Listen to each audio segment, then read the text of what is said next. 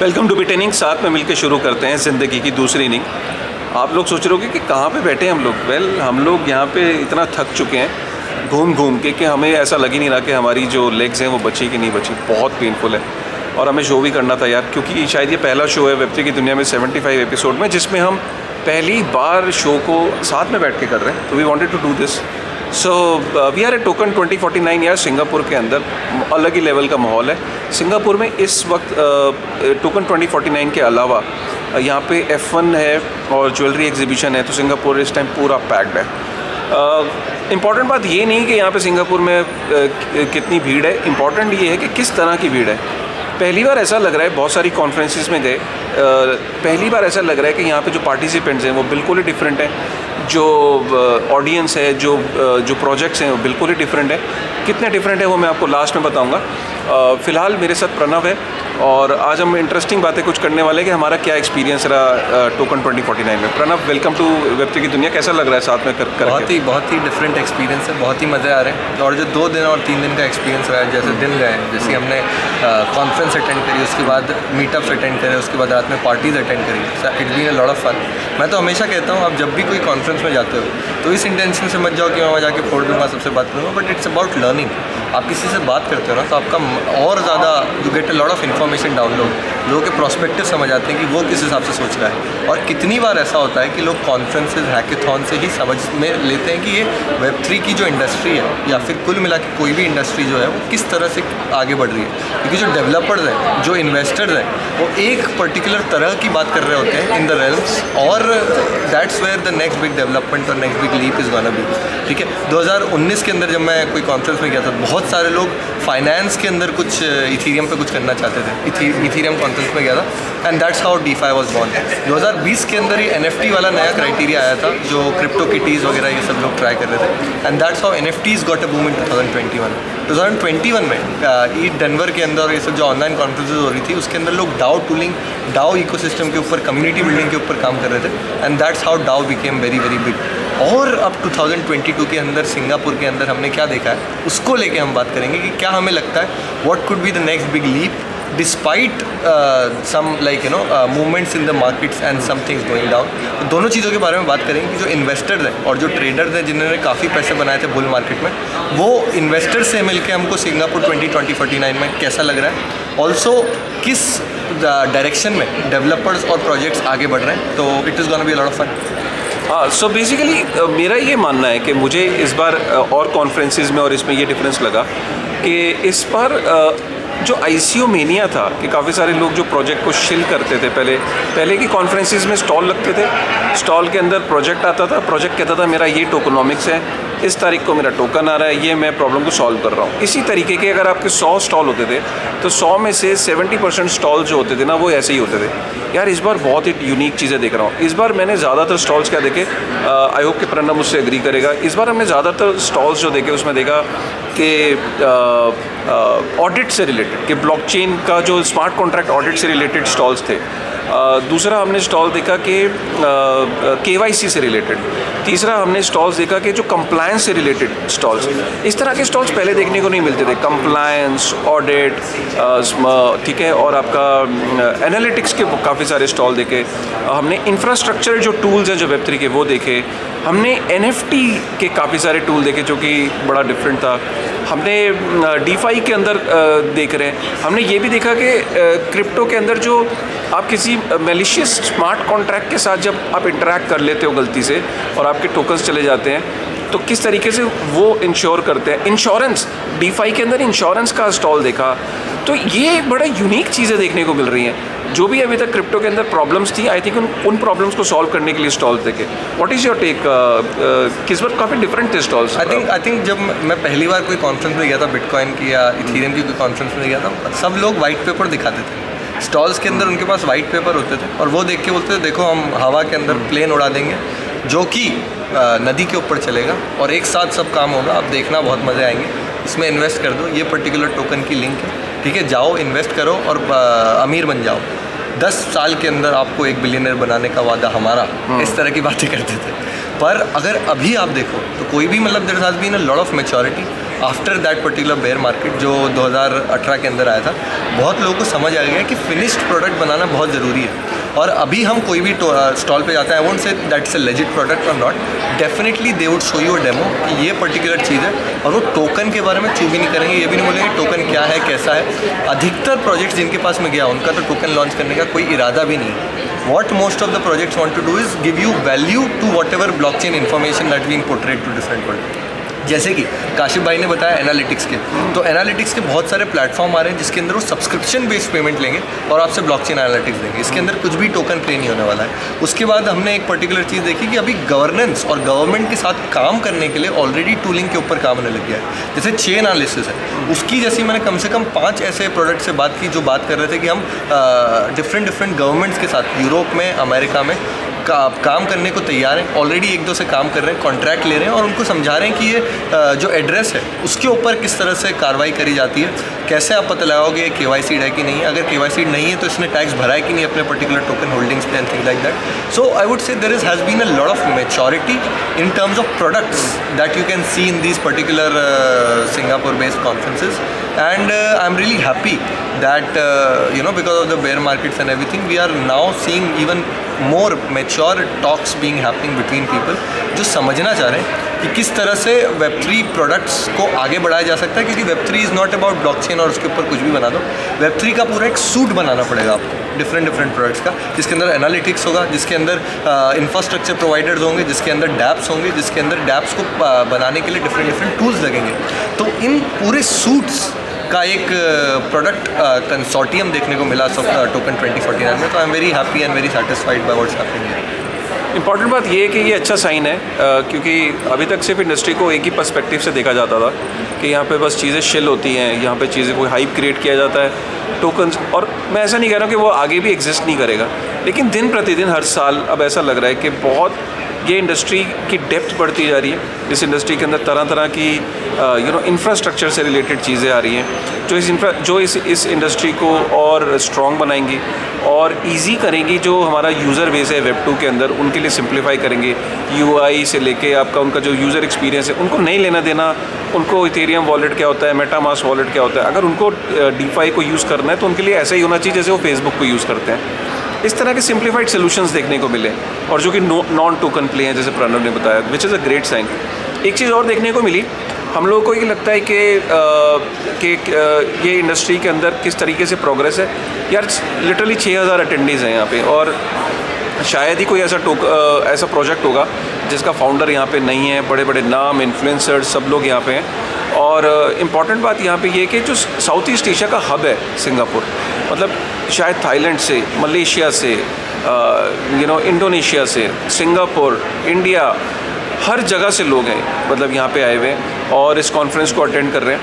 और इनफैक्ट मज़े की बात ये कि यार काफ़ी सारे प्रोजेक्ट्स जो हैं इंफ्रास्ट्रक्चर से रिलेटेड वो साउथ ईस्ट एशिया से आ रहे हैं। और ये आपको ये बताती है कि अगर इंडिया ने बहुत जल्दी इस तरह की कॉन्फ्रेंसेस अगर वहाँ नहीं हुई, इस तरह का एक्सपोजर नहीं हुआ, तो आई थिंक मुझे दुख ये होता है इस बात का कि हम लोग कहीं पीछे ना रह जाए, क्योंकि इंडस्ट्री जो है वो बुलेट ट्रेन की स्पीड से चल रही है और हम लोग अभी सोच रहे हैं कि ठीक है इसको कवर कर लेंगे, बट तब तक ट्रेन तो आगे निकल जाएगी ना, उसको कवर करना उतना ही डिफिकल्ट होगा। मैं इसमें 2 बातें और ऐड करना चाहूँगा। काशिफ ने एक बहुत इंपॉर्टेंट पॉइंट बोला कि ऐसी कॉन्फ्रेंसेज इंडिया में क्यों नहीं होती। तो पहली बात, जो टोकन 2049 है वो 2 जगह होता था, लंदन और बीजिंग, चाइना, ठीक है।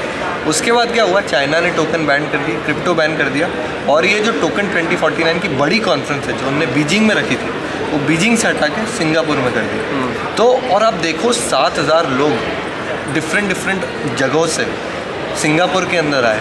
GDP कितना ग्रोथ होता है, कुल मिला के अगर टूरिज्म को आप देखो तो टूरिज्म को कितना बढ़ावा मिलता है। सिंगापुर की होटल सारी फुल हो गई, सिंगापुर के सारे टैक्सी ड्राइवर्स को इतना सारा इनकम मिला, बिकॉज फॉरेन इन्वेस्टमेंट्स ये सब लोग टैक्सी वगैरह से ट्रैवल करते हैं। तो इन जनरल 7000 लोगों की तो अटेंडेंस सिंगापुर ने आराम से अपनी GDP कितनी खतरनाक बढ़ा दी होगी। और अगर आप देखो अभी 400 जो $100 की होटल थी वो अभी $400 में मिल रही है, जो $400 की होटल थी वो $4000 में मिल रही है। तो this shows that conferences and crypto is not just most important for like the development of technology, but if you encourage that in your particular city, in your particular state, in your particular province, तो फिर कुल मिला के आप crypto आराम से आपको एक मतलब आपको एक जादू की झप्पी देगा और आपकी GDP में भी प्रोग्रेस कराएगा। बहुत सारे लोग यहाँ पे आके रहना चाहेंगे, बहुत सारे लोग यहाँ पे आके कॉन्फ्रेंसेस करना चाहेंगे, जिसके साथ अपने आप tourism growth of that particular city आपको देखने को मिल सकती है, and that we can already see happening here, जिसके कारण बहुत बूस्ट मिलेगा सिंगापुर इकोनॉमी को। No doubt about it. और every stall is bustling with people want to understand it. हर तरीके के डिसेंट्रलाइज एक्सचेंजेस में मैंने बहुत सारे प्रोजेक्ट देखे। So what is your take कि अभी जैसे एथ इंडिया का प्लान हो रहा है, और यू थिंक कि एथ इंडिया को इसी तरीके का हाइप क्रिएट कर पाएगा और ऐसे ही लोग आएंगे वहाँ पे? Because I am really looking forward to it, and I think it's in November और दिसंबर 2 दिसंबर के आसपास है। तो मेरा ये मानना है यार, आप लोगों को वेब3 की दुनिया का ना ऑब्जेक्ट है, और यहाँ बाय द वे वेब3 की दुनिया को बहुत लोग जानते थे यार। So thank you very much. Almost every Indian founder, there were some people from Pakistan, there was somebody from Nepal।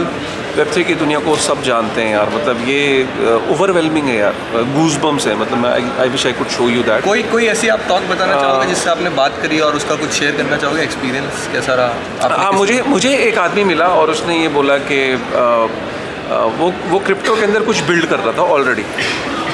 तो उसके पास उसकी कज़न आई और उसकी कज़न ने बोला कि मुझे इसके अंदर करियर बनाना है भैया, तो मेरी हेल्प करो। तो उसने कहा कि देख, मैं हेल्प नहीं कर सकता। उसने कहा अगर तेरे को रियलिटी में हेल्प चाहिए तो तेरे को एक सीरीज़ बता रहा हूँ, उसको जाके देखना चालू कर। उसकी कज़न ने वेब3 की दुनिया की सीरीज़ देखी कंटिन्यूसली, और उसने बोला कि सारे एपिसोड देख डाल, जब तू देख ले तो मेरे पास आना।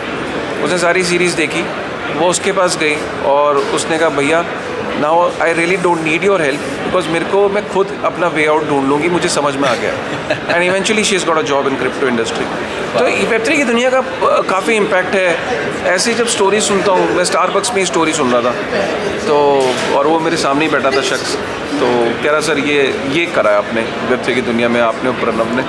मैंने कहा यार ये तो बहुत ही अमेजिंग है यार। This is one story which I got to know here. Definitely मैं जिससे भी बात करी ना, जो भी इंडियन फाउंडर है, उसको वेब3 की दुनिया के बारे में इंट्रोडक्शन है।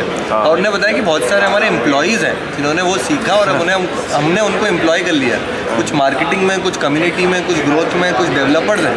But this has been a good reference, so we are really happy that we are able to impact. और आपने कोई मतलब जैसे आपकी काल द मून के साथ बात हुई वगैरह, हाँ। किसी इन्फ्लुएंसर या किसी बड़े शख्स के साथ कोई बात हुई जो आप शेयर करना चाहते हो?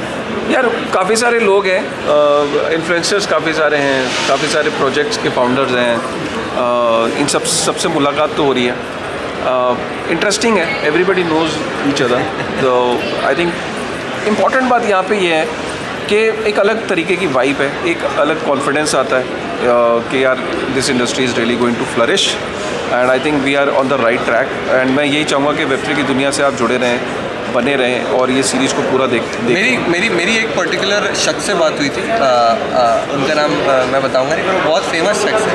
उनसे मैं बात कर रहा था, यार ये गेमिंग का क्या चल रहा है, तो गेमिंग का क्या लगता है कि ये जो वेब3 गेमिंग है वो कैसे आगे बढ़ेगी? तो उसने मेरे को ऐसी एस्टॉनिशिंग बात बताई, मैं आपके साथ शेयर करना चाहता हूँ। मेरा ये व्यू है, ऐसा नहीं है, पर उनकी जो बात है मुझे बहुत थॉट प्रोवोकिंग लगी।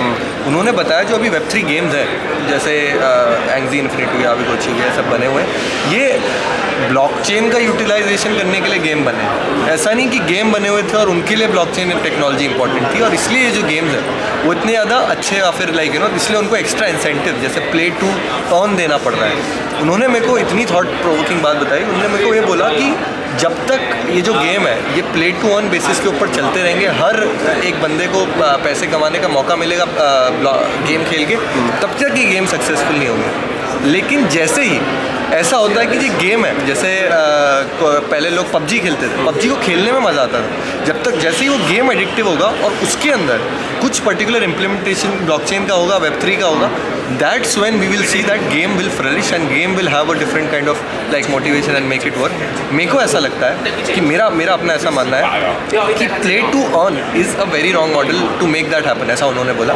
But it should be pay to play, यानी आप गेम खेलने के लिए पैसे दो और और उनमें से कुछ लोग होंगे जिनको पैसे कमाने का मौका मिलेगा। अगर सबको पैसे कमाने का मौका मिल गया तो जो टोकन है उस गेम का वो अपने आप ही मतलब डिवैल्यू होता रहेगा। That was a very thought provoking thing that I wanted to share with you. और अगर आप गेमिंग के अंदर कुछ Web3 में करना चाहते हो तो यू शुड स्टार्ट सजेस्टिंग और making your own game in which it's very much captivating. Blockchain को फालतू में मत थोपो, उसका एक इम्प्लीमेंटेशन करो और प्ले टू अर्न की जो मॉडल है उसके ऊपर थोड़ा और रिस्ट्रिक्टिवली सोचो। नहीं, नो डाउट अबाउट दैट। और हमने Web3 की दुनिया के में आने वाले टाइम में कुछ और गेस्ट यहाँ पे देखे, जैसे एक कंपनी है जो on ramp off ramp service दे रही है 100 से ऊपर कंपनियों को। काफ़ी सारी ऐसी इंडियन फाउंडर्स हैं जो कि बहुत अमेजिंग काम कर रहे हैं और आगे Web3 की दुनिया पे बड़े ज़बरदस्त कुछ गेस्ट आने वाले हैं डेफिनेटली, जिनको हमने टोकन 2049 में मिले और उनको जैसे ही बोलते it will be our share honour. हम तो सोच रहे थे कि पता नहीं तो मैंने कहा नहीं यार, वो सॉरी फ्रॉम आवर साइड कि हम लोग नहीं बुला पाए टाइमली। राइट। तो मेनी प्रोजेक्ट्स। मेरी एक DeFi के फाउंडर से बात हुई थी। वो बड़े मतलब एक मेन स्ट्रीम एक्सचेंज के फाउंडर भी हैं, ठीक है। तो मैंने उससे पूछा, मोटिवेशन समझने की कोशिश की कि what's your thing about launching that particular product का नाम तो what's your motivation of launching that particular product. तो उन्होंने मेरे को वेव बताया कि what's the next wave that's like industry is heading towards, because bear market चल रहे हैं, यू कैन से दैट। और बहुत सारे लोग हैं जो इस इंडस्ट्री में अब ज़्यादा बिल्ड करना चाहेंगे इन्वेस्ट करने की जगह, तो किसके ऊपर बिल्ड करना चाहिए। तो उन्होंने मेरे को ये बताया कि DeFi पे ऑनबोर्ड होने के लिए बहुत प्रॉब्लम्स आ रही हैं अभी, लाइक मार्केट के अंदर मेटामास्क खोलो, उसके बाद फिएट ऑन रैम्प करो, फिर आप लेजिस्लेशन से झगड़ो and things like that. So he wants everybody to have the capabilities of DeFi, और जो ऑनबोर्डिंग है और जो यूजेबिलिटी है वो अच्छी हो जाए। तो it's like gamification of DeFi is the next big thing that these people are working on, and I think it's gonna be a very big move, क्योंकि वो उससे DeFi का मेन स्ट्रीम अडॉप्शन जो अभी सपोज 1 करोड़ लोग use करते हैं तो 10 करोड़ लोग यूज़ करने लग जाएंगे, and that's when we can see कि Web3 का इनफ्लो और इसके अंदर वैल्यू जनरेशन और वैल्यू अमाउंटिंग ज़्यादा बढ़ जाएगी, और जिसके कारण हम सबके लिए फ़ायदा होगा, क्योंकि ज़्यादा लोग अगर DeFi को जानेंगे वो और अच्छे से समझेंगे and they would maybe want to invest. तो उससे ही पैसा बढ़ता है मार्केट में। एक दूसरे से पैसे अगर लोगे तो जितने पैसे हैं उतने रह जाएंगे नेट बैलेंस में, पर अगर बाहर से लोग आके अगर Web3 सीखते हैं, समझते हैं और like start becoming a part of it, that's when all of us grow, not just economically but also in terms of value. मैं कुछ एक प्रोजेक्ट से मिला एक फाउंडर से, उसने मेरे को बड़ी इंटरेस्टिंग बात बताई। उसने कहा कि NFT के ऊपर फाइनेंस बहुत बड़ा आने वाला है, क्योंकि NFTs को लोग जनरली होल्ड करके रखेंगे लंबे समय के लिए। अब इतना लंबा समय के लिए कोई एसेट होल्ड करेंगे तो वो उसको चाहेंगे कि उसके ऊपर लिक्विडिटी को कैसे, तो NFT के ऊपर फाइनेंस बहुत बड़ा होना है। तो NFT और DeFi का बहुत बड़ा कॉम्बिनेशन गोइंग फॉरवर्ड आप देखने को मिलोगे फ्यूचर में। NFT एंड DeFi का कॉम्बिनेशन के NFTs हैं, उसके ऊपर आप लोन ले रहे हो, उसके बाद बोरो कर रहे हो, लेंड कर रहे हो, ये बहुत बड़ा होने वाला है NFT5। राइट। तो मैं आपको पता है, अगर आप कोई स्कैमी प्रोजेक्ट के पास जाओ ना, जो है यहाँ पे, तो ऐसा नहीं है बिल्कुल भी, तो अगर आप जाओ तो मेरे को यार वो आराम से उनकी वाइब समझ आ जाती है, ठीक है। अब ये स्कैम ही नहीं है, पर मैं गया था एक प्रोजेक्ट के पास, उनका मतलब जस्टिन सनवन है लोग, उसके अंदर TR मतलब है कुछ नाम उसका, आप सब जानते होंगे क्या है वहाँ का। वो जो प्रोजेक्ट था, पूरा नाम भी नहीं ले रहे तुम तो पूरा तो ले ही तो चुके हो, अब ले ही तो पूरा नाम।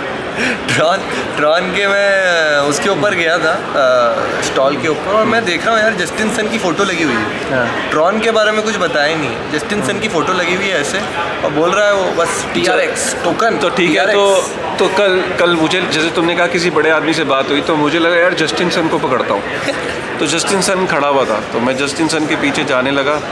जैसे ही मैं उसके पास पहुँचा, उसके 3 बॉडीगार्ड्स ने उसको घेर लिया और मेरे को साइड कर दिया।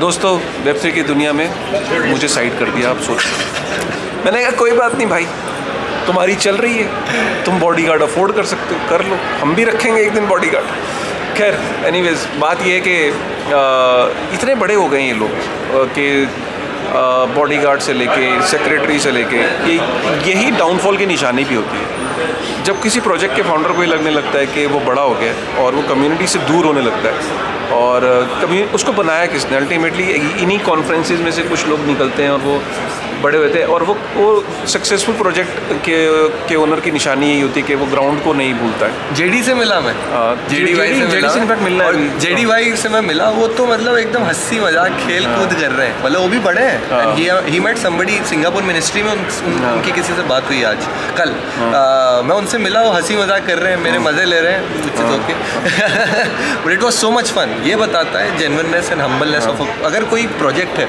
जो सच्ची में इम्पैक्ट कर रहा, क्रिएट करना चाहता है, तो ज़मीन से जुड़ा रहता है, ज़मीन से जुड़ा। और मैं ट्रॉन के स्टॉल पे गया, वहाँ पे मुझे 3 लड़कियाँ मिली, डिफरेंट कलर के बाल कर रहे। मैंने बोला क्या है ट्रॉन, तो उन्होंने मेरे को वो तो नहीं बताया, पैम्पलेट हाथ में पकड़ा दिया और बोला कि टोकन खरीदो एंड थिंग्स लाइक। तो सतर्क रहना जरूरी है, स्कैम्स हो रहे हैं। ट्रॉन को के ऊपर चर्चा कभी दिन डिटेल में करेंगे। उसको उसकी नाव जो है वो USDT ने बचा रखी है कि ट्रॉन के ऊपर जो है USDT ने बचा रखी है। नहीं, USDT नहीं, जो TRX चेन के ऊपर जो USDT। तो एनीवेज आई थिंक आज का शो इतना ही रखते हैं, ठीक है। एंड आपको क्या लगता है ये जो कॉन्फ्रेंसेस जो इंडिया में ईट इंडिया होने वाला है, वो किस तरह का होगा given the Singapore Asia? I think obviously it will won't match this vibe और स्केल, क्योंकि वो तभी हो पाता है जब काफ़ी सारे लोग और देशों से आएँ। तो मेरे को लगता है कि एथ कम्युनिटी तो शायद वहाँ पे आएगी जो इंडिया में और जो शायद साउथ एशिया वगैरह में है, बट इस लेवल की हाइप क्रिएट करने के लिए आपको बड़ी लंबी प्लानिंग और बहुत सीमलेस तरीके से आपके इकोसिस्टम में ओपननेस होनी चाहिए। मेरे को लगता नहीं कि इतने हाइप के साथ वो इवेंट होगा। मेरे को अलग लगता है। मेरे को ऐसा लगता है कि यहाँ की जो कॉन्फ्रेंस थी उसमें लोगों ने बातें करी और बताया प्रोजेक्ट क्या है, ठीक है। इंडिया के अंदर क्योंकि डेवलपर्स हैं तो प्रोजेक्ट की बातें नहीं होंगी, प्रोजेक्ट्स बनाए जाएंगे, आप समझ रहे हो। It will be a hackathon developer focus conference, और आई एम लुकिंग, मतलब मेरे को और ज़्यादा एक्साइटमेंट है ईट इंडिया को लेके, क्योंकि मेरी जो शुरुआत है वो खुद ईट इंडिया से हुई है, और मैंने देखा है कि जो डेफोलियो की टीम है वो कितने दिनों तक, कितने महीनों तक प्रैक्टिस करती है इथीरियम को इंडिया में अडॉप्शन लाने की। भले ही जो governments and different people don't help, पर मैंने जिससे बात करी यहाँ पे सिंगापुर और एशिया, यहाँ पे आए हुए हैं, मतलब जो मेन लोग हैं वो चाइना ओरिजिन के लोग हैं, इंडिया ओरिजिन के लोग हैं। तो इन लोगों से मैंने जिससे भी बात करी, they are very excited to come to India, not to portray their projects, यहाँ पे पोर्ट्रेयल हुआ था, but rather to build and understand where the next move the industry will be. तो ETH India will be the next event that Web3 की दुनिया will be covering. Yeah certainly, और उसको बहुत बढ़िया तरीके से विल हैव अ क्रू के साथ करेंगे उसको थोड़ा और बेटर तरीके, उसको एक अलग लेवल में इंटरव्यू लेंगे लोगों के, एक अलग लेवल पे करेंे उसे। बिल्कुल, इसमें भी हमने कोशिश की जितना हो सकता है। नहीं वो पूरा वीडियो आपको जो टोकन 2049 का है वो आपको देखने को मिलेगा। वो एक थोड़ा सा उसमें टाइम लगेगा एडिटिंग वगैरह, but I think going forward congratulations guys, thank you very much. और आई थिंक मैं यहाँ से लेफ्ट में देख पा रहा हूँ कि सुमित और नीरज भी खड़े हैं। अमेजिंग, चलो ठीक है, ओके, थैंक यू यार, थैंक्स, बाय।